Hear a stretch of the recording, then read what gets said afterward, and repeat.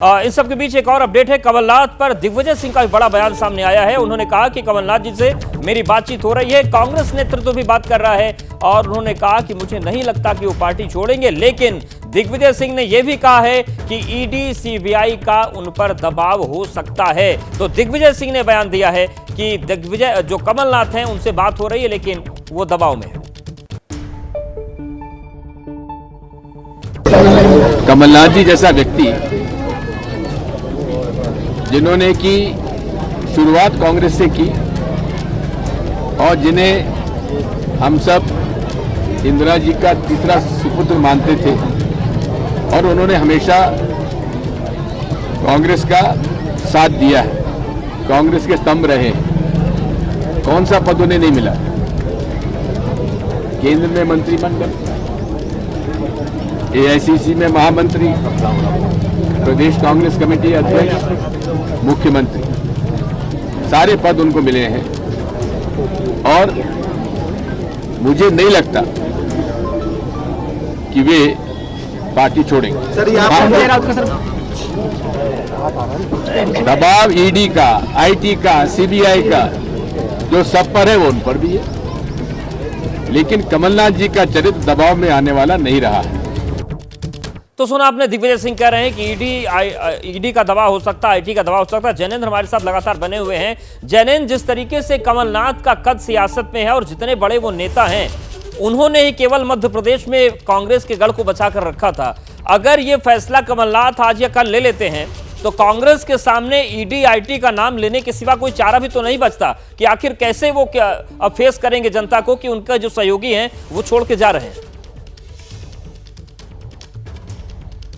बिल्कुल, कांग्रेस से जब भी कोई बड़ा नेता छोड़कर जाता है, चाहे बीते दिनों में अशोक चौहान हो या फिर अब कमलनाथ की चर्चा हो रही है या उसके पहले भी जो नेता छोड़ के गए, हेमंत विश्व शर्मा से लेकर के तमाम नेताओं का उदाहरण ले लीजिए, कांग्रेस सीधा आरोप लगाती है कि ये सब लोग जो है वो बीजेपी सरकार द्वारा ईडी और आईटी के कह सकते हैं कि जाल में उलझाया गया उन्हें और फिर उन्हें तोड़ा गया। तो एक बार फिर वो उसकी भूमिका तैयार की जा रही है। जो दिग्विजय सिंह कल तक ये कह रहे थे कि कमलनाथ कहीं नहीं जा रहे, वो सीधे संपर्क में, अब वो थोड़ा सा शिफ्ट हो रहे हैं और ईडी की तरफ अपने तर्क को लेकर जा रहे हैं। एक बार जब औपचारिकता हो जाएगी तो मानकर चलिए कि कांग्रेस की तरफ से पहला बयान यही आने वाला है कि ईडी और आईटी के जरिए बीजेपी ने कांग्रेस के नेताओं को तोड़ा है। लेकिन जाहिर है ये बहुत बड़ी किरकिरी होने वाली है। बयान हर नेता के जाने के बाद आते हैं। कमलनाथ को लेकर सियासत भी गर्मा गई है। संजय राउत ने जहां कमलनाथ को घेरा तो बीजेपी सांसद रीता बहुगुणा ने भी बड़ा बयान दिया है।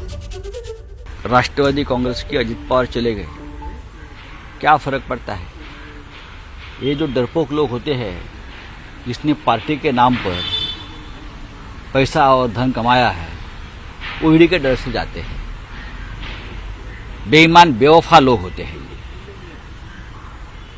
मध्य प्रदेश का चुनाव कांग्रेस नहीं हार सकती थी, ये सबको मालूम है। कमलनाथ जैसे लोगों ने ये इलेक्शन सैबोटेज किया, ऐसा लोगों का कहना है। अगर आप बीजेपी में जाना चाहते हैं तो जाना चाहिए।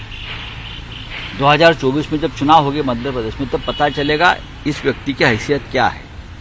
लेकिन मुझे नहीं लगता है कि कमलनाथ जी जाएंगे। देखिए, कमलनाथ जी का जो मैं सुन रही हूँ वो यही है कि उनको इस बात से तकलीफ है कि मध्य प्रदेश की हार उनका ठीकरा उनके सर पे फोड़ा गया। और भारतीय जनता पार्टी का हृदय बहुत बड़ा है। नीतीश जी चले गए, वापस आए, ले लिया, वो आना चाहते आए। हमारे लिए कोई ज्यादा अंतर, भारतीय जनता पार्टी इस समय पूरी मोदी में है और पूरा देश मोदी में है, तो कोई बहुत ऐसा नहीं। लेकिन जो आना चाहता है उसके लिए दरवाजे पार्टी खोलती है और अगर आएंगे तो उनका स्वागत होगा। तो कमलनाथ भले ही अभी खुलकर बीजेपी में जाने को लेकर नहीं बोल रहे, लेकिन उनके नाम पर सियासत बहुत खुलकर बोल रही है, मुखर हो गई।